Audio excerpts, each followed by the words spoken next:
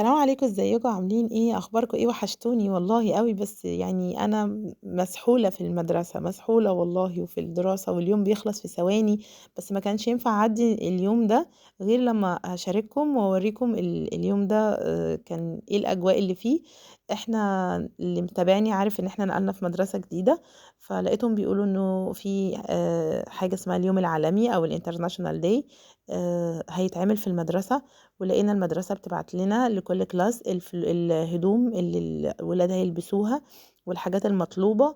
هي فكرتها ان كل مجموعة بتعمل دولة معينة بأكلاتها بقى، بالطقوس بتاعتها، بلبسها، بكل حاجة، بحيث ان لما بتروحي المدرسة وبتدخل المكان بتحس ان انت فعلا رحت للمكان ده. في لجنة بتيجي وبتقيم كل بلد، وفي ناس بتكسب وبتكسب يعني مبالغ قيمة.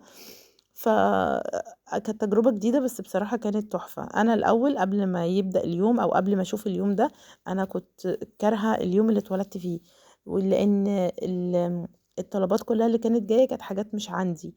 وكمان عشان انتوا عارفين طبعا انا ما عنديش اخوات ولا في حاجة، فما فيش حد مثلا اخد منه. يعني لقيت الامهات اللي مثلا ما عندهاش قميص ابيض بتاخد من اختها، بتاخد، انا ما فيش بقى، انا اعتماد ذاتي على نفسي، ما فيش الا كده. فطبعا عمر ما كانش عنده بنطلون اسود، ولا كان عنده قميص ابيض، ولا كان عنده اي حاجه من اللي طلبوها في المدرسه.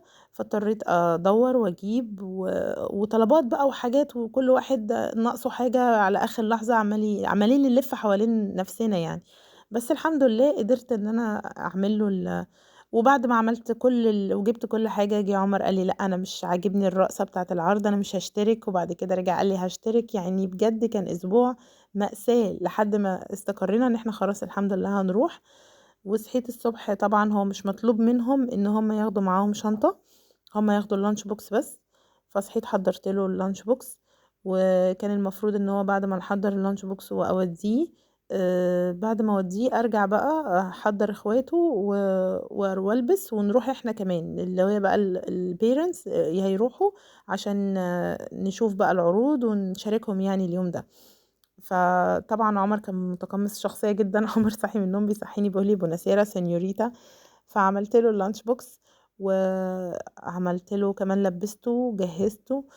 وللاسف برضو يعني صحيت الحمد لله كانت اخته تعبانه، وما كانش ينفع اقول لها مش هتيجي، لانهم برضو كانوا قاعدين ومتحمسين ان هم يروحوا ويشوفوا عمر ويشوفوا اللي هيحصل في المدرسه. خصوصا ان هم هيروحوا السنه الجايه ان شاء الله مع اخوهم، فكان نفسهم يشوفوا المدرسه كمان من جوه. فاخدتها وهي تعبانه، وبصراحه يعني انا رجعت ميته اليوم ده من التعب. بس الحمد لله اليوم كان جميل بصراحه، وانا قلت يوم زي ده بتفاصيله لازم اشاركهم فيه. فانا طبعا قمت عملت له اللانش بوكس. ما بحبش احط حاجات ان هيلثي خالص، يعني مش مفيده في اللانش بوكس. بحاول اعود عمر على كده عشان يبقى عارف ان حتى لو في حاجه بتبقى يعني، حتى الحاجات اللي بحطها دي بيبقى جايباها من سبينس. احط له شويه صغيرين قوي، بس يعني دي يعتبر الرفاهيات اللي بتبقى في اللانش بوكس. لكن غير كده بحب احط له حاجات عشان ما الحاجات المسكرة كتير بتهيبر الاطفال، والمدرسة كمان منعاها. فانا يعني بابا بحاول على قد ما اقدر اعوده ان اللانش بوكس بتبقى صحية. فعملت له اللانش بوكس، وطبعا في وسط ما انا بعمل بقى يا مامي مش عارفة عايز ايه، يا مامي دي مش معدولة فين، مش فكان يعني كمان الصبح، خصوصا ان اخواته كمان بيصحوا معاه، فكلهم بيصحوا في نفس الوقت. عشان كده انا قافله الصوت، لان كان في بقى ايه مطالب شعب بتبقى موجوده وانا بعمل اللانش بوكس. عندك في بتاع في الدولاب، بص عليها، حاضر هجيبلك، طب ثواني جايه كده. يعني طول ما انا بعمل لانش بوكس في حاجات، طلبات طلبات طلبات طلبات. اكيد انتوا عارفين الموضوع ده. المهم الحمد لله عدت مرحله اللانش بوكس على خير.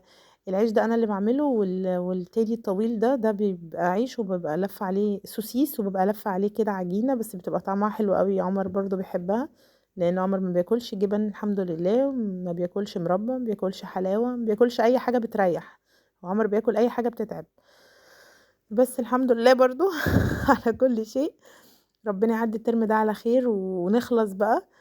فعملت له اللانش بوكس ودخلت لبسته، وهوريكم شكله بعد ما لبس. مرضيش يتصور، ودي مأساتي مع عمر في اي مناسبة، بيطلع عيني عقبال ما بيتصور صورة واحدة حتى. خلصنا اللانش بوكس، كتبت له الرسالة بتاعة كل يوم و ولبسته. وبعد ما لبسته بقى ده كان عمر، سينيور عمر. وده بقى كان المدرسة. أنا صورتها بسرعة بصراحة، مع كان نفسي أوريكم التفاصيل والأكلات والناس وهي لابسة، وكان في معزة في الموضوع، كان نوبة كانوا جايبين معزة، انتم متخيلين؟ بس طبعا أنا كانت بنتي تعبانة، فما كنتش مركزة قوي ان أنا أعمل حاجة. كنت محتارة بان أنا أبقى مع عمر وما بين ان أنا أشوف بنتي، لأن كنت خايفة تتعب تاني واحنا في المدرسة. بس لو تشوفوا بصوا اللبس، والمدرسين كمان بيلبسوا نفس اللبس، والولاد لابسين كل واحد البلد بتاعته، وتلاقوا في الخليج مثلا وعمالين يزغرطوا ومش عارفة، والهندي ريحة البخور ومش عارفة، والأكلات بتاعة الهنود. لا بجد، والقهوة بتاعة العرب دي، والطقم بتاع القهوة، تفاصيل كانت جميلة. كان نفسي اصورها لكم كلها بس ما قدرتش. بس بجد كان يوم حلو قوي واتبسطنا كلنا. كان نفسي اصور لكم اكتر من كده والله، بس يلا الحمد لله حبيت اشارككم معايا اليوم، واشوفكم على خير. وحشتوني جدا، اشوفكم في فيديو جديد قريب. سلام عليكم.